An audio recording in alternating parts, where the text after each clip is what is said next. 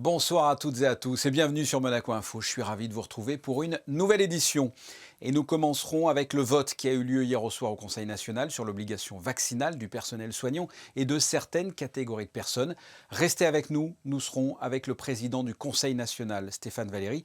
Il nous donnera son point de vue sur cette loi adoptée par une grande majorité. C'est le retour des congrès et des grands événements en septembre, comme le Monaco Yacht Show ou encore le congrès de la médecine esthétique et anti-âge.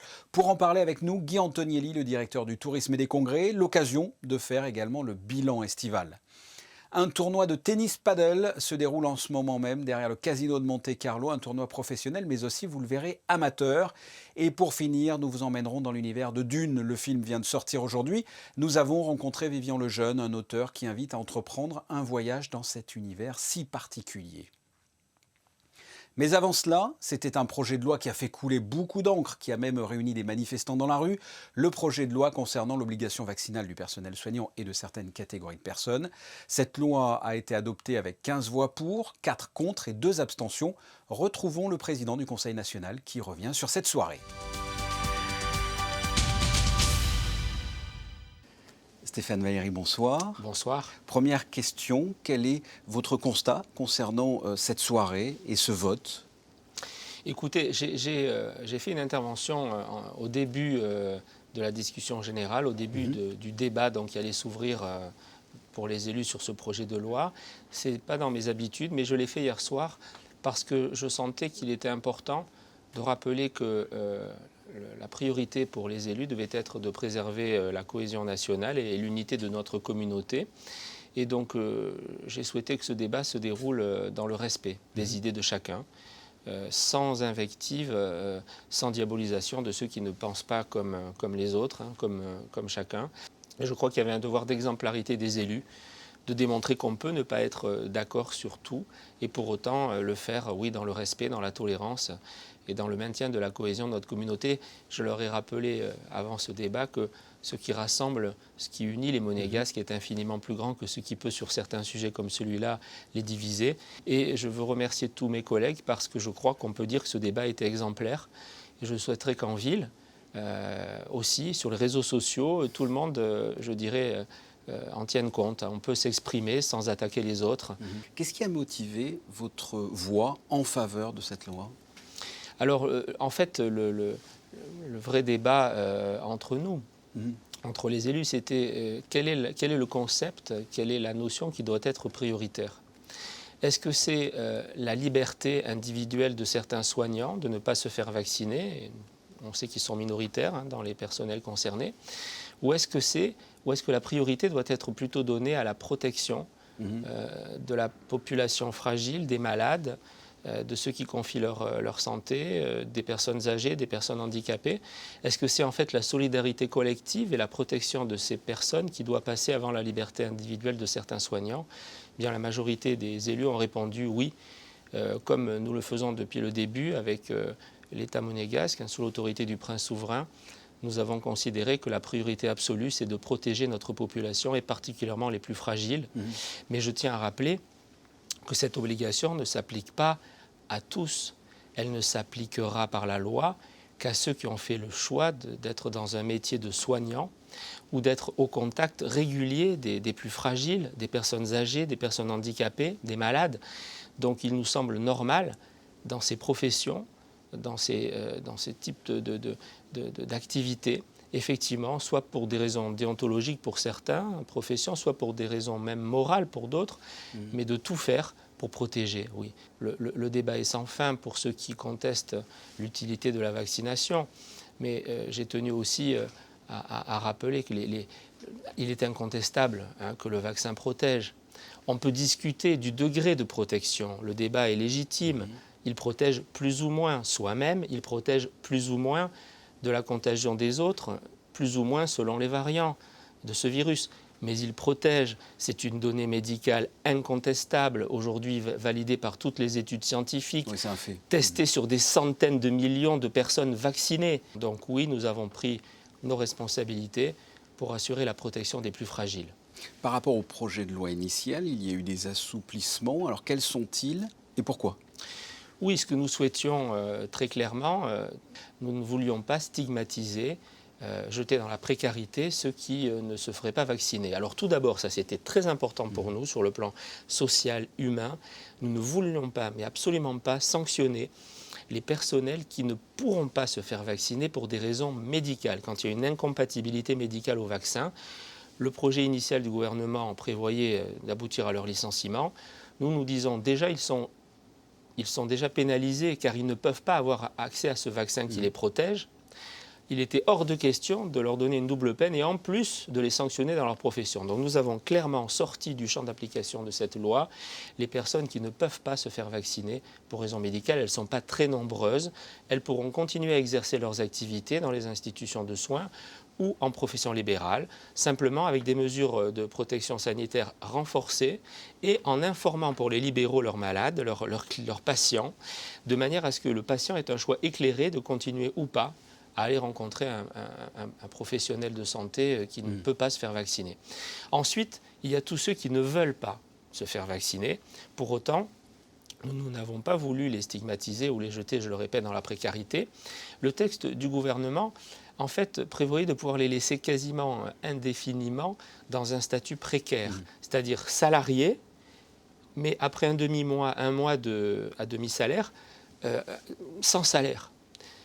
Nous avons considéré que pour la plupart d'entre eux, le texte initial aurait abouti en fait à des démissions forcées, car vous ne pouvez pas vivre longtemps, à moins d'être rentier, mais combien le sont dans ces personnels? Très peu. Vous ne pouvez pas vivre longtemps sans salaire. Donc nous avons souhaité, d'abord pendant les 4 premières semaines, que ce soit maintenu pour eux les allocations familiales et les couvertures maladie. Et ensuite, dans un délai de 4 à 12 semaines après la promulgation de la loi, l'application de la loi, nous avons tenu à ce qu'ils aient le choix de pouvoir, en accord avec leur employeur, choisir éventuellement de se faire licencier, c'est-à-dire d'avoir accès à des indemnités chômage, à la protection maladie et aux allocations familiales, ce qu'ils n'auraient pas eu s'ils avaient été contraints de démissionner. Mais nous avons aussi voulu penser aux employeurs. Nous avons considéré que cette mesure que nous imposons par la loi, que l'État monégasque impose à juste titre pour la protection de la population fragile par la loi, elle relève de l'intérêt général, elle relève de la protection de la santé publique. Il était donc normal que ce ne soient pas les employeurs qui assument le demi-mois de salaire pour les 30 premiers jours et assument le coût du licenciement. Donc l'État fait un effort très important. Nous assumerons le coût total de ces mesures, qui peut être lourd, mais il était normal que ce soit l'État qui le fasse. Et je remercie d'ailleurs le ministre d'État et le conseiller ministre pour les Affaires sociales et la Santé, qui ont fait preuve de beaucoup d'écoute et qui ont compris donc, le bien fondé de nos amendements, puisque tous les amendements du Conseil national ont été acceptés par le gouvernement. Ils sont désormais inscrits dans le marbre de la loi. Un autre de ces amendements très importants, c'était pour justement casser une rumeur infondée et une désinformation. Vous l'avez précisé d'ailleurs en séance hier. Oui. Certains véhiculaient peut-être pour grossir la contestation contre les décisions du prince et de l'État monégasque. D'autres sans doute les répercutaient par méconnaissance. Mais il n'a jamais été question d'étendre la vaccination obligatoire à d'autres professions. Qu'est-ce que j'entendais pas? Les fonctionnaires, les salariés des bureaux, les enfants, les employés des restaurants et même les enfants. Pour finir, d'un point de vue très pratique, cette loi est donc votée. Quand est-ce qu'elle sera applicable? Donc elle sera applicable à partir du 30 octobre. Mais ensuite, on a voulu laisser le temps encore à ceux qui auront fait une première dose de pouvoir aller au bout du schéma vaccinal. Donc en fait, les soignants auront jusqu'au 7 décembre pour se mettre en accord complètement avec la deuxième dose et accomplir pleinement leur schéma vaccinal. Et je voudrais avoir un dernier mot en ce qui me concerne pour les soignants. Je voudrais remercier d'abord la grande majorité des soignants qui ont compris la nécessité de se faire vacciner et qui l'ont déjà fait. Mais je voudrais aussi remercier par anticipation de leur compréhension ceux qui pouvaient avoir des appréhensions, mais qui vont maintenant se faire vacciner suite au vote de cette loi. Voilà. Quant aux autres, à la petite minorité qui jusqu'au bout ne voudront pas se faire vacciner, je leur dis que nous les accompagnerons du mieux possible et que je souhaite que très vite, soit parce qu'ils seront vaccinés, soit parce que la situation le permettra, ils réintègrent un jour le travail, si c'est leur travail qui les passionne, d'être soignants. Écoutez, le message est passé. Monsieur le Président, merci. Merci à vous, Monsieur Bonilla. Cet entretien est à retrouver sur nos réseaux sociaux, sur YouTube ou sur l'application Monaco Info.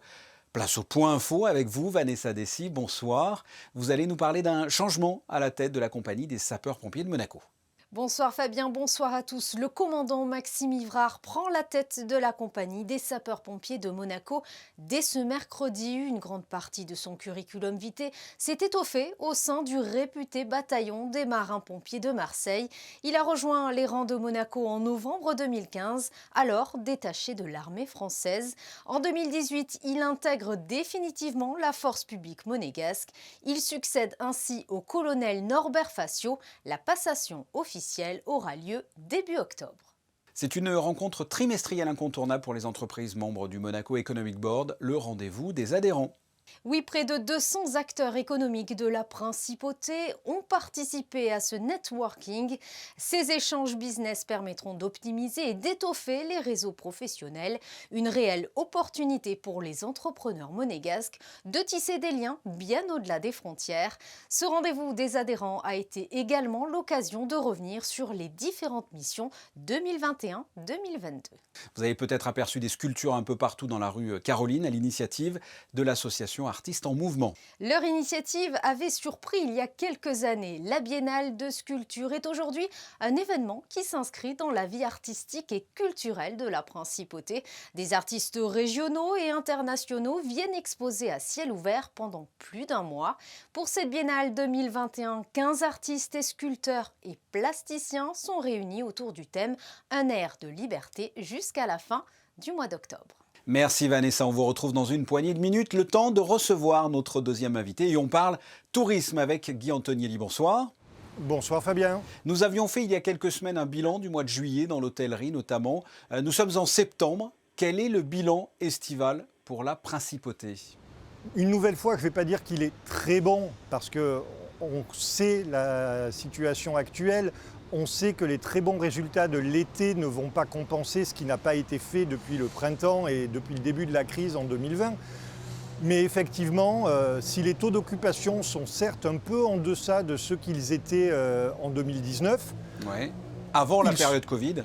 Avant le Covid, pour vous donner une idée, le taux d'occupation cette année en juillet était de 65% en juillet, de 72% au mois d'août, contre un taux à 79 et 81 en 2019, mais contre des taux à 39 et 56 l'année dernière. Donc une très forte progression depuis l'année dernière. Et ce qu'il faut noter, c'est une très forte progression du prix moyen qui nous amène à un résultat global sur le mois d'août supérieur au résultat global de 2019. Justement, qu'est-ce qui a sauvé l'été ? Vous l'avez évoqué là, c'est une catégorie socio-professionnelle particulière, ce sont des nationalités particulières qui a permis de faire en sorte que l'été soit plutôt bon à Monaco. Alors, en termes de nationalité, on ne va pas voir de très très grandes différences avec les autres années parce que le top 5 est composé de France, Italie, USA, Grande-Bretagne, Suisse. Donc un top 5 assez cohérent.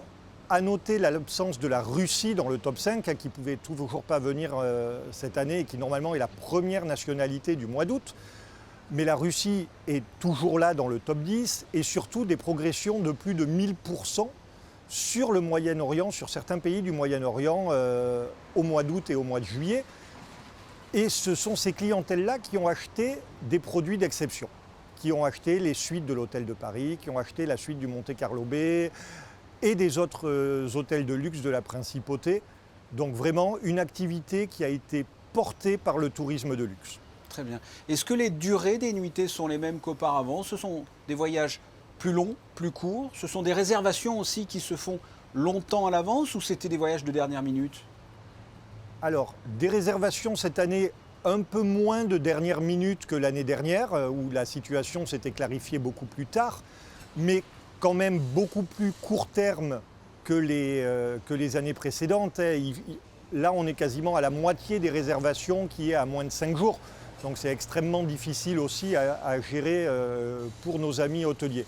Mais les durées de séjour n'ont pas évolué de manière extrêmement impressionnante en moyenne, même si elles se sont un petit peu rallongées.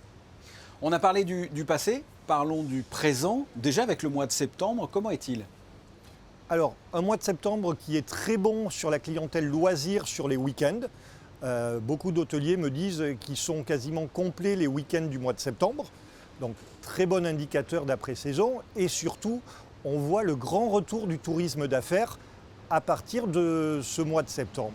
Un double effet, des événements qui ont lieu d'habitude au mois de septembre, comme le Monaco Yacht Show qui aura lieu la semaine prochaine, mais également des événements qui se sont repositionnés sur l'automne et qui sont des événements qui habituellement ont lieu à l'automne, au printemps, et pour certains qui avaient même lieu au printemps 2020 et qui ont été reportés jusqu'à présent.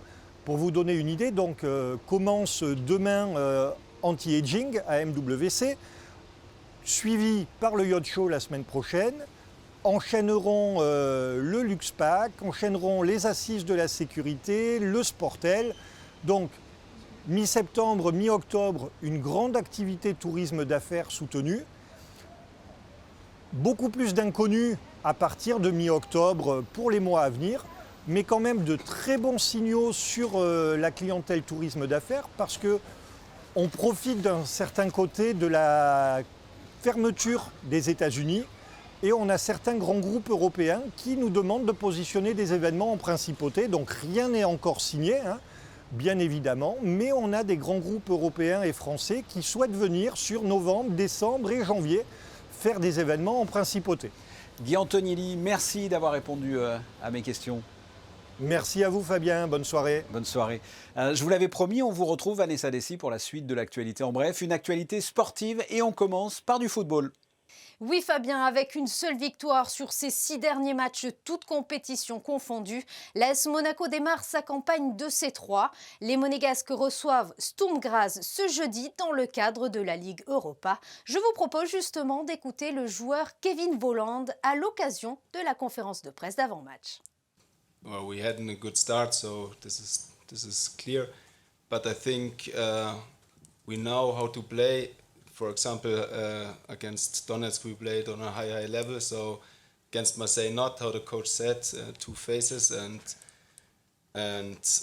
we have to come back, maybe a little bit more to the basics, to work together, to coach more on the field, so to organize more on the field, to play this or to play the simple things. And I had also in my career sometimes a period like this. And the good thing is that we are playing now a lot of games and we can change immediately. And that's the goal for tomorrow. Et pour cette 11e participation à la compétition, l'esprit de 1996-97 soufflera sur le Louis de ce jeudi pour le début d'une nouvelle aventure monégasque. Le Sportel 2021 aura lieu du 5 au 7 octobre. Le rendez-vous est comme toujours réservé aux professionnels du métier et se déroulera donc au Grimaldi Forum. Cette manifestation s'est imposée comme un événement majeur dédié au sport et aux médias. Cette année encore, de nombreuses personnalités sont attendues, comme Lucie Berthaud, combattante de MMA et finaliste de Koh-Lanta, Kevin Rolland, médaillé olympique et champion du monde de ski, Steven Dacosta, champion olympique de karaté, et bien d'autres sportifs sont à découvrir à l'occasion de cette nouvelle édition Sportel. Et nous reviendrons sur cet événement, bien sûr, avec des invités sportifs de renom sur Monaco Info. Un bel hommage, Vanessa, pour une personnalité de la principauté qui nous a quittés récemment. Disparu le 28 janvier dernier des suites de la Covid-19, Jean-Marc Giraldi, président de la Société nautique et vice-président de l'Union internationale motonautique, laisse derrière lui le souvenir d'un homme passionné. La mer a toujours été le centre de sa vie. C'est donc tout naturellement qu'un bateau vient d'être baptisé en son nom. Une yole de mer pouvant accueillir 4 rameurs, pour être précis. Restons dans le monde du sport et parlons paddle, pas en mer, mais le paddle avec une raquette à l'occasion du Hublot APT Paddle Tour. Il fait étape à Monaco et depuis lundi, les matchs se succèdent. Éclairage avec Sandrine Nègre et Lionel Bernardi. L'emplacement est tout simplement unique. Un terrain de padel a été installé à l'arrière du casino de Monte-Carlo sur les terrasses du Soleil. Après des qualifications, les meilleurs joueurs du circuit s'affrontent pour le tableau final ici. C'est historique. C'est le Hublot Master de Monaco, de padel. On est arrivé grâce à l'SBM à avoir cet endroit magique dans le monde. Et on réalise le Master du circuit APT qui se joue dans 12 pays. Il y a aussi une place pour les amateurs. On fait un programme qui est quand même chargé puisque c'est 2 jours, donc il y a beaucoup de matchs. Et on a des amateurs, enfin on a eu Monsieur Norman Nato, on a eu Charles Leclerc, Monsieur Zverev, Mademoiselle Wozniacki, enfin il y a plein de joueurs. Vous venez de l'entendre, un tournoi dans le tournoi est donc aussi proposé pour permettre aux amateurs de participer. Et donc nous suivons ce sport depuis un certain temps, sport qui est en pleine croissance et sur lequel nous souhaitons associer notre image. Un sport jeune, un sport nouveau, un sport en véritable dynamique.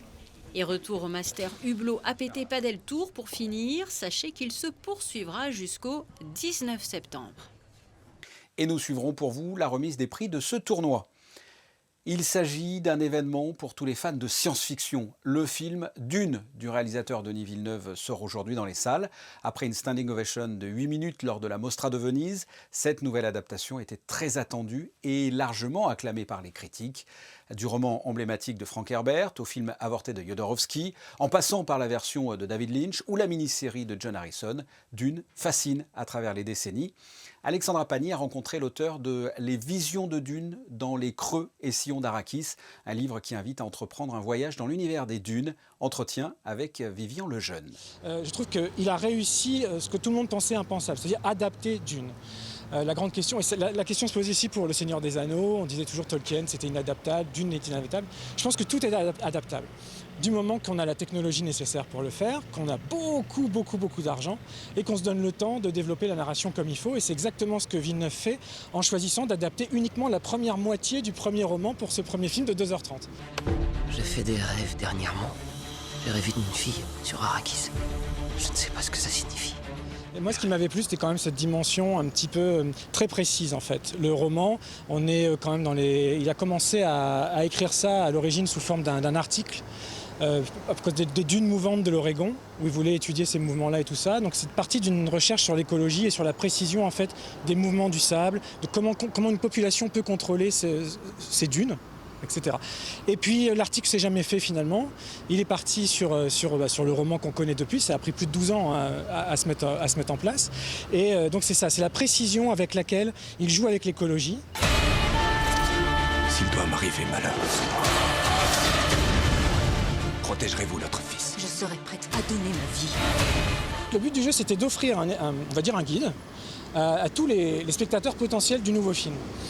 Leur donner un panel de tout ce qui s'était fait avant sur le plan créatif, que ce soit bien évidemment tous les romans et du père et du fils. Donc c'était leur offrir des résumés, une relecture une petite analyse quand même, et surtout un contexte historique de chacun des romans. À quel moment c'est sorti, pourquoi, quel était le contexte géopolitique de l'époque dans laquelle Herbert les a écrits, avec qui, soit son fils, soit sa femme, pourquoi, comment, etc. Donc voilà, c'est une espèce de guide long, 256 pages, pour tous ceux qui n'auraient pas le temps, le courage ou même l'envie de lire tout Dune et de voir tout Dune avant, mais avoir une bonne idée globale avant d'aller voir le film.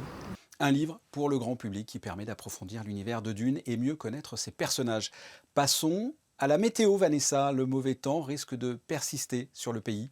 Effectivement, Fabien, la pluie sera à nouveau au rendez-vous ce jeudi. Les températures seront plus fraîches, elles oscilleront de 20 à 24 degrés. Le soleil se lèvera à 7h08 et se couchera à 19h41. Et nous fêterons les Edith. Et parmi les Edith célèbres, la plus connue évidemment, Edith Giovanna Gassion, que l'on connaît un peu plus sous le nom d'Edith Piaf. Elle nous a quittés il y a maintenant 58 ans. La suite de vos programmes sur Monaco Info. Mais avant cela, comme chaque jour, vos photos de fin de journal. Nous l'avons évoqué avec le directeur de la DTC, c'est le grand retour des congrès et des événements de septembre. La preuve en est avec ces photos prises par Manuel Vitali. Je vous propose de retrouver demain Patricia Navarro aux commandes de votre JT de 19h. Merci de nous rester fidèles. À très bientôt. Au revoir.